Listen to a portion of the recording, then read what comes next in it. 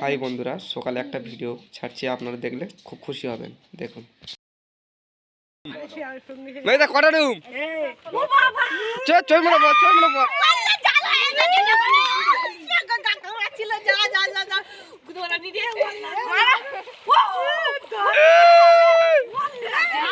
এক দুই দুই তিন হয় না পাঁচটা হয় না।